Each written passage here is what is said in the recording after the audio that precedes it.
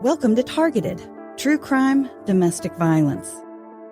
We tell stories of those who were targeted by domestic abuse and investigate cases of family violence, using academic research to interpret the events. As a college professor, I think we need to stop making family violence a secret. It's time to tell our stories, use our experiences to help, heal, and provoke change. Targeted discusses sensitive information about abuse. Details may be graphic, and listener discretion is advised. I'm Mo Blackwell, the host of Targeted.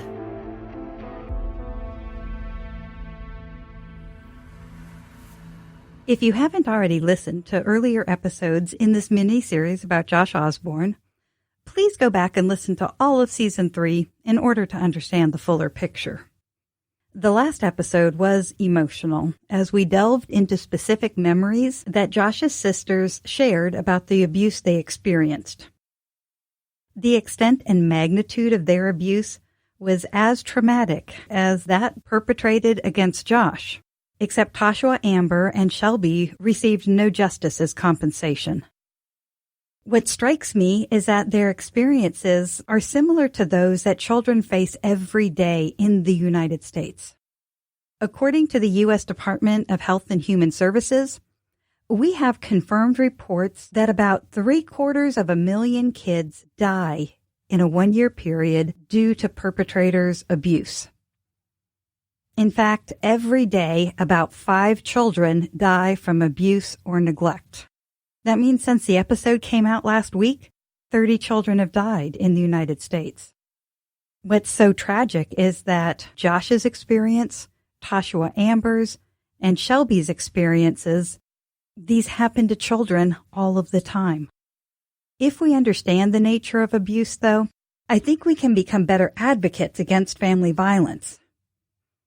If you've been hoping for a return of the academic research in the podcast, then this episode is for you. We will be analyzing the perpetrator's behaviors and categorizing the type of abuse using the scholarly research. As you've been listening, have you been a little puzzled about why Christie and Jimmy abused their children as they did? And why was Christie more prevalent in the stories? Way back in Season 1, we explored a particular type of domestic violence called patriarchal terrorism, or intimate terrorism. It's when one person exerts control over another. This is one of the classic views of abuse in which the perpetrator will injure the targets, often physically, but also emotionally or financially, as well as frighten them into submission.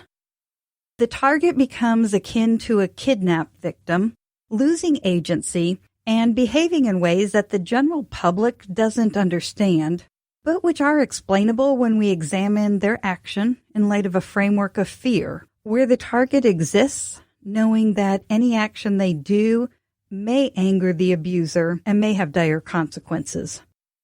Reportedly, from my research, I think Christie was a domestic terrorist in the way that she abused the children, because she inflicted systematic and intentional violence.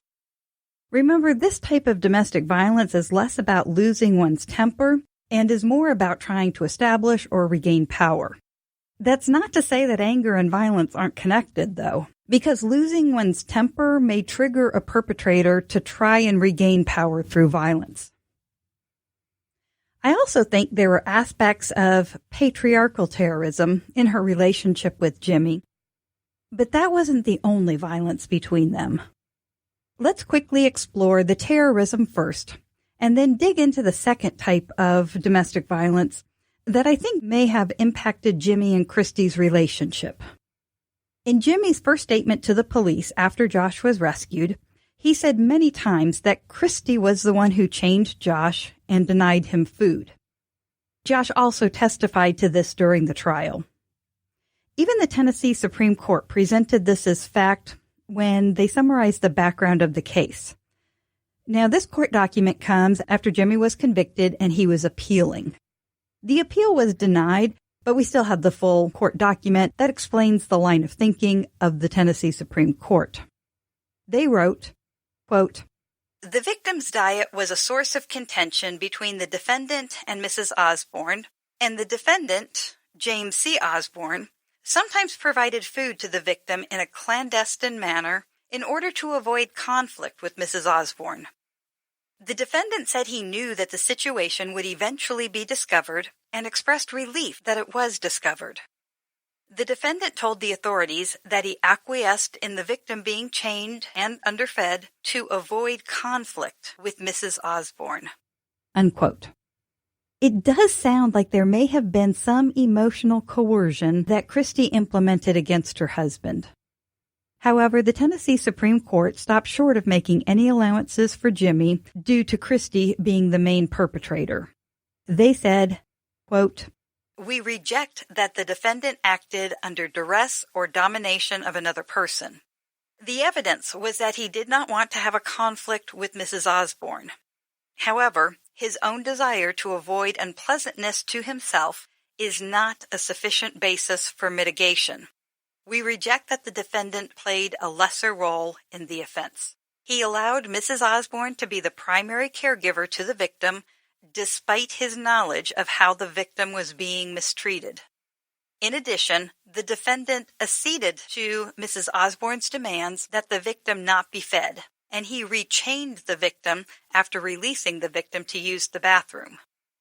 The defendant was the one who purchased the chains." Unquote. With the benefit of years of study, I think that Jimmy might need a bit more understanding than the Tennessee Supreme Court gave when it came to Josh's abuse. Jimmy didn't seem to see leaving her as an option, but his response was poorly thought out. He was a truck driver, and he would leave home for weeks at a time driving. In this way, he escaped some of the terrorism while leaving his children who had no means of escape. Yes, the terrorist aspect of the relationship between Christie and Jimmy is there, but it's much weaker than in the case of Ronnie Maddox in Season 1 or Buck Thurman in Season 2. Christie seemed to have Jimmy cowed in that he didn't push back or stop the child abuse, but she didn't seem to abuse Jimmy, her husband, directly as a terrorist. I could be wrong here, as there's limited information, but it looks like there are just faint shadows of terrorism, but terrorism was not the main part of their particular violent romantic relationship. Let me be clear, though, with what I just said before, I am not trying to give Jimmy a free pass. He did more than simply fail to protect. This is not at all a repeat of Wanda Maddox, who didn't stop her husband, but did not engage in abuse herself. As we heard from his daughters, reportedly, Jimmy sexually abused his daughter Shelby, and he hit his sons. Allegedly, he was a perpetrator. He was not an innocent bystander. Judging from the lives of his 3 children before he married Christie, it is likely that the violence of Jimmy would have been less in quantity and severity, though, if he had never married Christie. So it's hard. We have to hold these tensions at the same time. On the one hand, there were aspects of terrorism in his relationship with Christie that kept him from stopping the abuse. On the other hand, reportedly, he was abusive to his daughters and sons himself. And yet, on the third hand, he may not have ever perpetrated these types of abuse if he had not married Christie.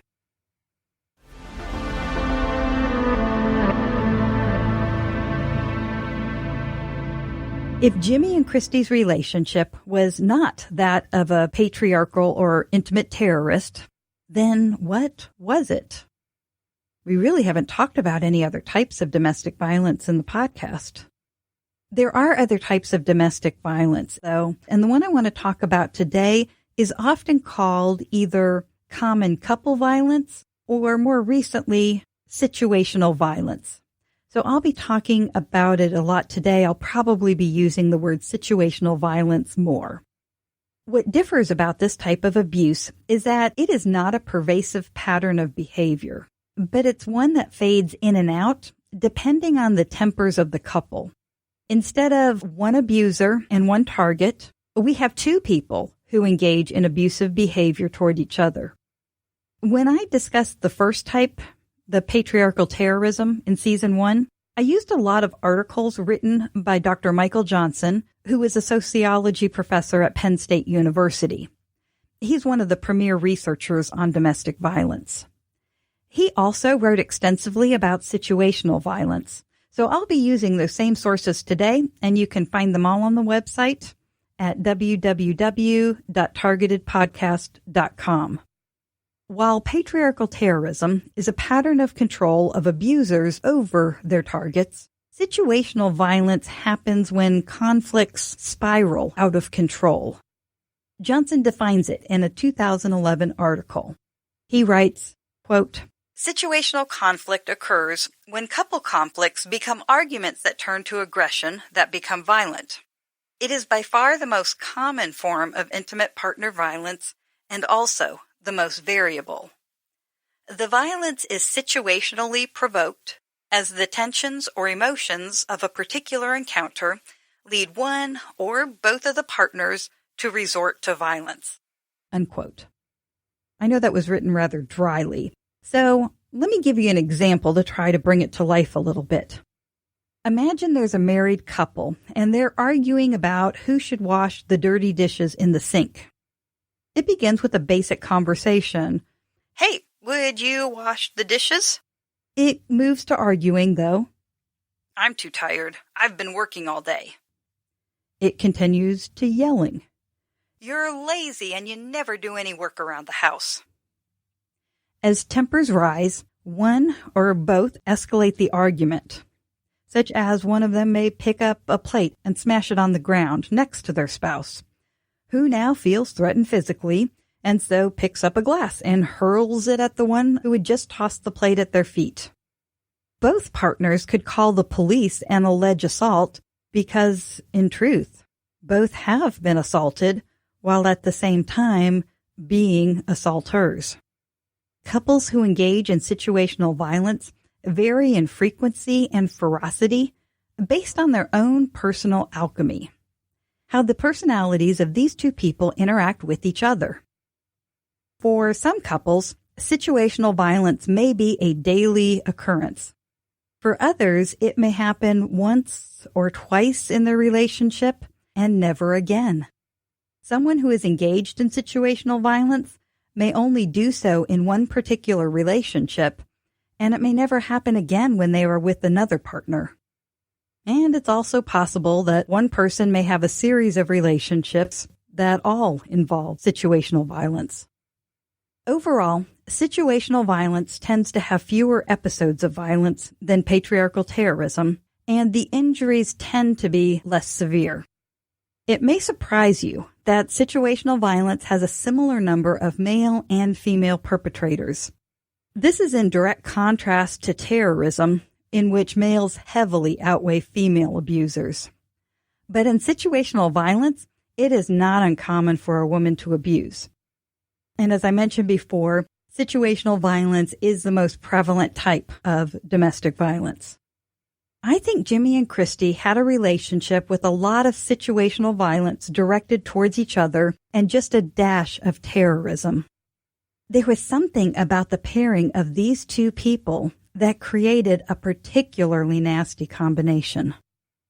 No, they used to fight bad. This was closer to the end. They would break vases and cut each other. They would, it was full-on fist fights with them. They were always fighting. And see, we have evidence from the trial that establishes Christie and Jimmy's violence. But there are a few other pieces as well. Christie was convicted of misdemeanor assault against Jimmy in 1998 when she was 22 years old. By this time, she had already been married for 6 years. She had 3 children of her own, as well as 3 stepchildren. This is about 6 years before Josh was rescued. According to police reports, Christie and Jimmy had been arguing about childcare when she threw a baby bottle at Jimmy's head. Christie was found guilty and sentenced to an 1129 probation, which is how people in Tennessee refer to an 11-month and 29-day sentence in Tennessee. Christie also had to take 8 weeks of anger management classes, which do not seem to have been very effective.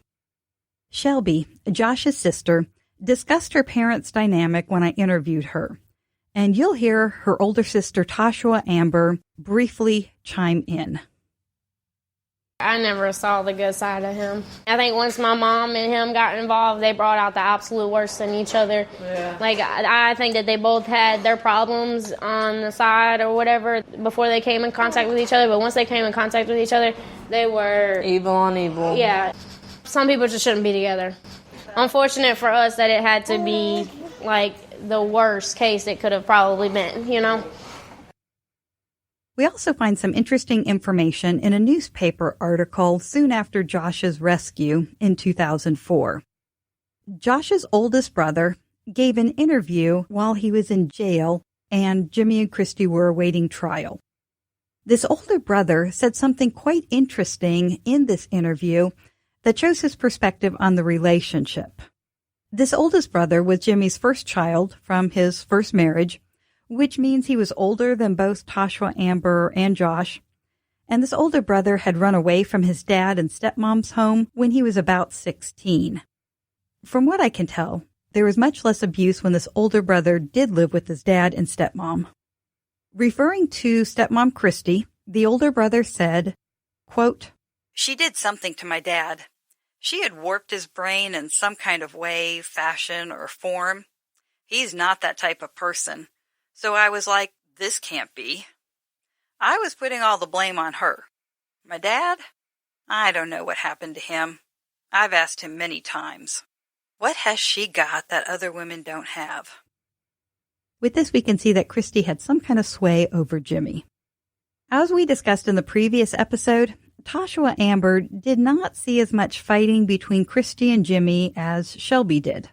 And again, this may have been because, like the oldest brother, she was so much older when her dad married Christie. And although the married couple argued, and there was some child abuse when Toshua Amber lived at the home, the situational couple violence didn't begin right away. Here is a snippet from the interview, and you'll hear Toshua Amber speak first.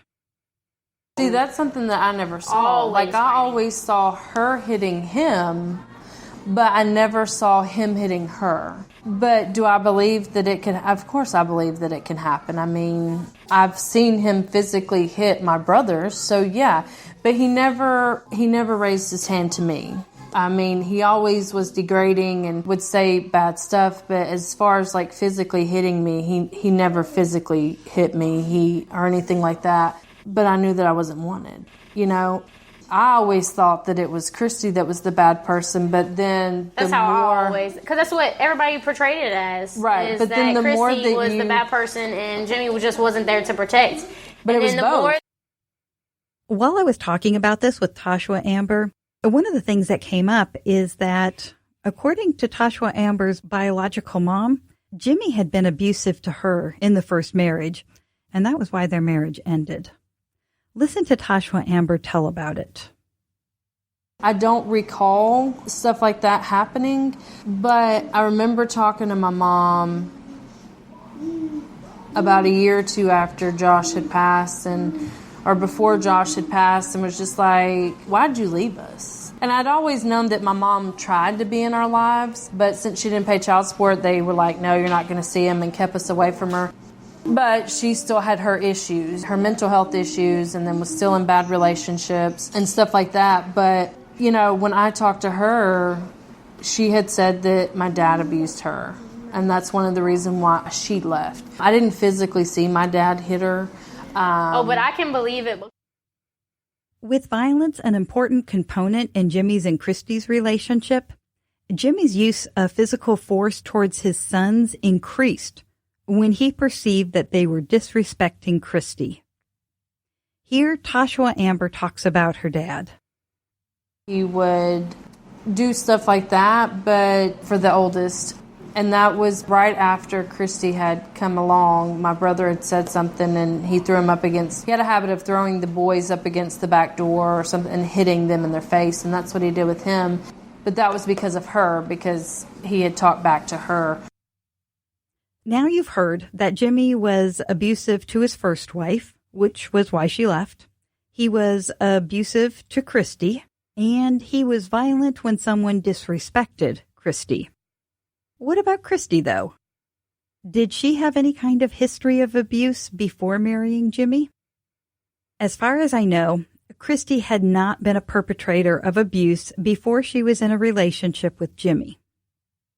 Unfortunately, though, she had reportedly been severely sexually abused as a child by her father, although I do not believe he was convicted of it.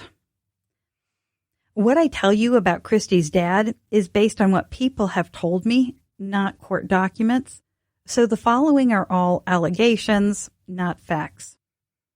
Reportedly, the sexual abuse is why she left home at about age 15 and became emancipated. She dropped out of school in 8th grade and supported herself working as a housekeeper in a motel. One of her first boyfriends was a 40-year-old man, and then she got involved with Jimmy, who was in his 30s. Allegedly, Christie's father was particularly cruel. He also sexually assaulted Christie's sisters when they were young, and later he would assault many of his grandchildren, including Shelby. Nothing can excuse Christie's choices as an adult to abuse her own children or to be violent with her husband, but I have to admit that hearing about her childhood breaks my spirit a little bit. Would she have become the perpetrator she did if she had grown up in a safe home where she was not molested? We won't ever know, but I can be fairly confident that though she survived, her experience probably messed her up emotionally, especially if she never received help, never received counseling, never received tools to help her overcome it.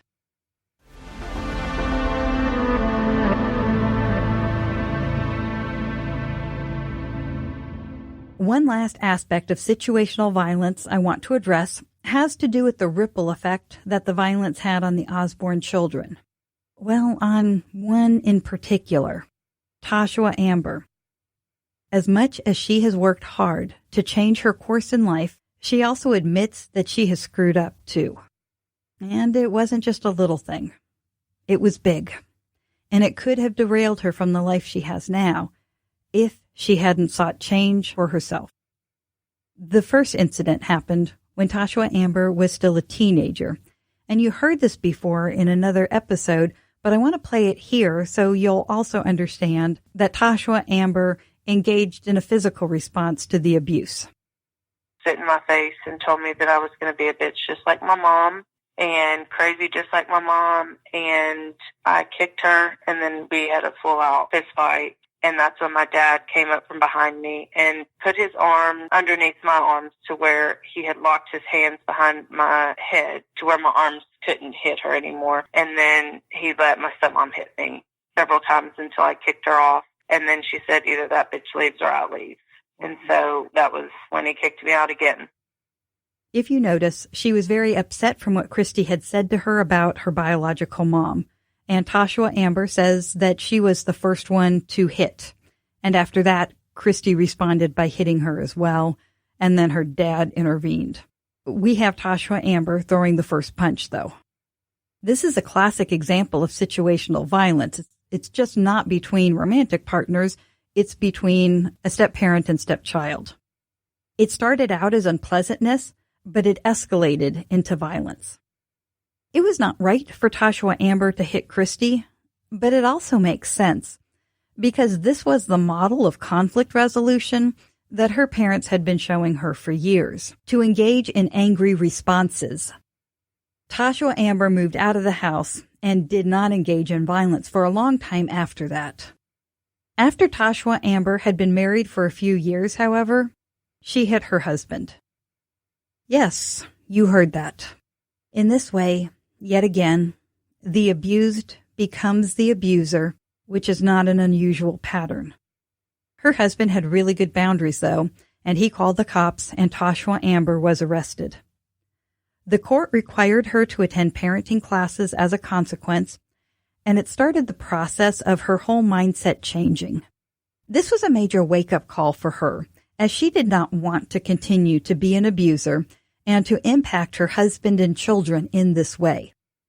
She and her brothers and sisters had experienced enough abuse. She did not want it to continue in her family. Let's listen to it in her own words.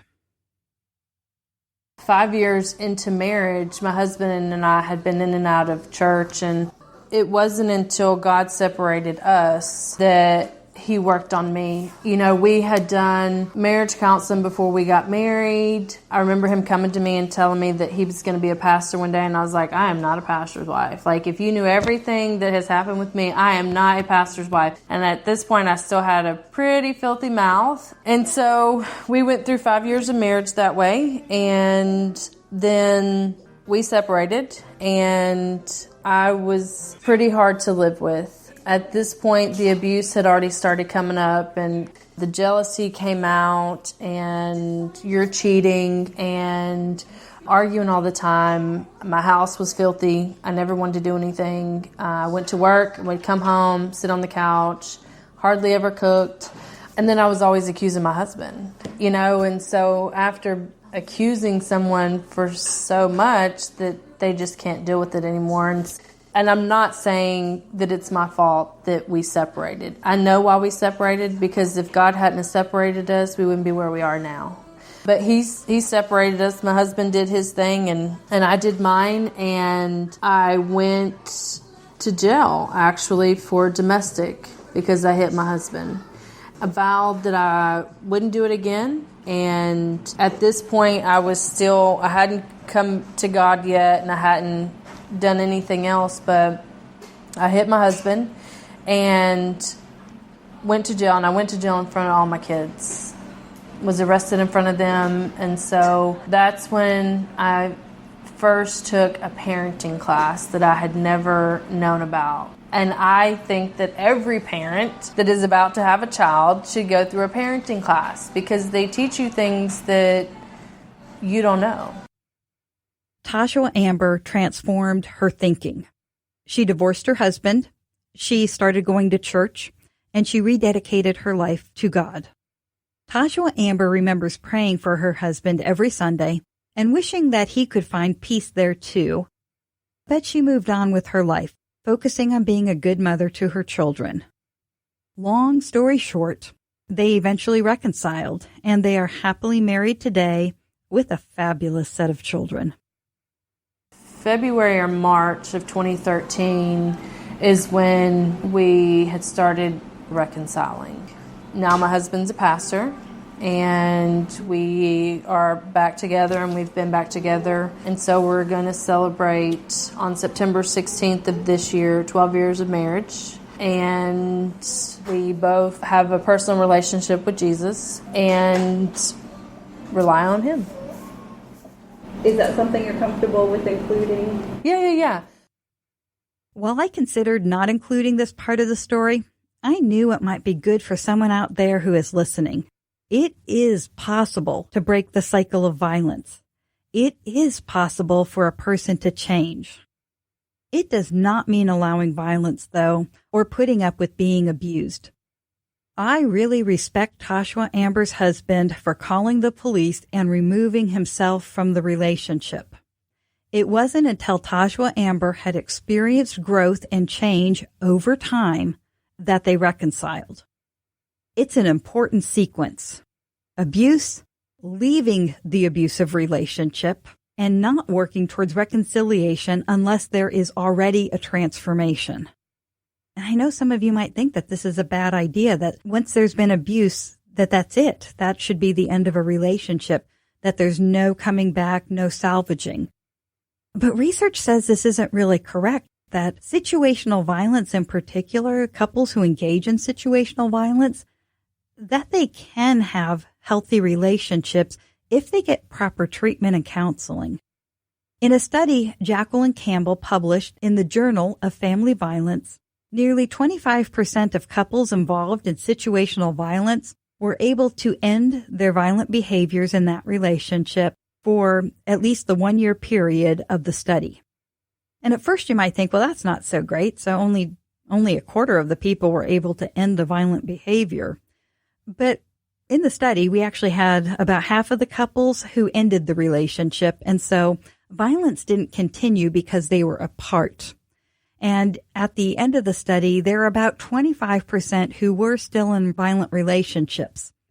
Some of those were with their original partner and some with a new partner, which means that actually 25% of couples were able to end the violence. I think that's a really hopeful statistic. There may be people out there who want to continue to be with their romantic partner, but they need the violence to end. Other studies have shown that people who use situational violence are the perpetrators who are most likely to respond to treatment positively and choose to leave violence in the past. One of the most promising outcomes is when they are involved together in a highly specialized couples therapy, not just individual counseling or solitary classes for those who are violent. But it needs to be with trained professionals who work with domestic violence on a regular basis. Couples therapy offers counselors a chance to work within the particular dysfunction of these two people and helps them to understand their motivations and how to establish new patterns. Doctors McCollum and Stith of Virginia Tech's Marriage and Family Therapy program wrote a really interesting article outlining the benefits of couples counseling with those who were involved in situational violence. In their research, they established that this particular type of counseling provided a significant reduction in future violence. Now, they have a multifaceted program that involved both individual sessions in order to determine safety factors before beginning joint counseling. And only if it's safe will that individual counseling segue into joint counseling. Their program included topics such as types of abuse, escalation signals, safety plans, dealing with anger, and coordinating a timeout plan. As I mentioned, this particular program has a high effectiveness rate. It was important, though, that this was a type of counseling that both people wanted, not something that was pushed on them by external forces. So, for example, a court-ordered program where a couple would be required to do couples counseling, that does not have a high success rate. I just want you to know that there is hope.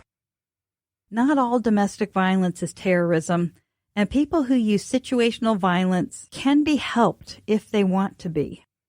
Of course, if you are in a relationship with situational violence and do not feel safe, you should get out and find help to make the best choices for your future. But I wonder, maybe there's someone listening who is engaged in situational violence and this person wants to change. The good news is that you can. Your past does not define your future. You can leave violence behind and walk a different path. If you're in a violent relationship, do reach out for resources. I am giving you ideas, but I am not the person to tell you whether you should stay or you should go. You need to work with a professional to help decide what's best for you, for your family, in your particular situation. Always check out resources and investigate what's available in your area to make the best informed choices. I want you to be safe, I want you to be happy, and I want you to have peace in your life. Thanks so much for joining us at Targeted Podcast, True Crime, Domestic Violence. If you're interested in my sources or research, I include a bibliography on my website, www.targetedpodcast.com. If you want to support the show, please consider leaving a 5-star review on Apple Podcasts and writing a sentence or two about what you like. It helps other listeners to find us. If you have constructive criticism, I would like to hear it, but I would appreciate an email about it. You can reach me at targetedpodcast@gmail.com. Targeted has a Facebook page and a Twitter account. Links to those will be in the show notes. We also have a Patreon account, which was recently revised so that you can gain early access to ad-free episodes for $1 each. If you want early access to all of the episodes in a month, it will be $4 most months, and there would be no expense for months when we do not have new episodes. Please stay tuned for the promos at the end of the podcast and check them out if they sound interesting. I'll include links to them in my show notes. As we end, let me emphasize that if you or someone you know is targeted by abuse, you are not alone. I've included some contact information in the show notes and on the website about a number of different organizations who can help. Leaving an abusive relationship can be one of the most dangerous times for a target, and I strongly encourage you to reach out for support. It may be the hardest thing you ever do, but it will be worth it. I'm Mo Blackwell, the host of Targeted. Peace, my friends. Peace.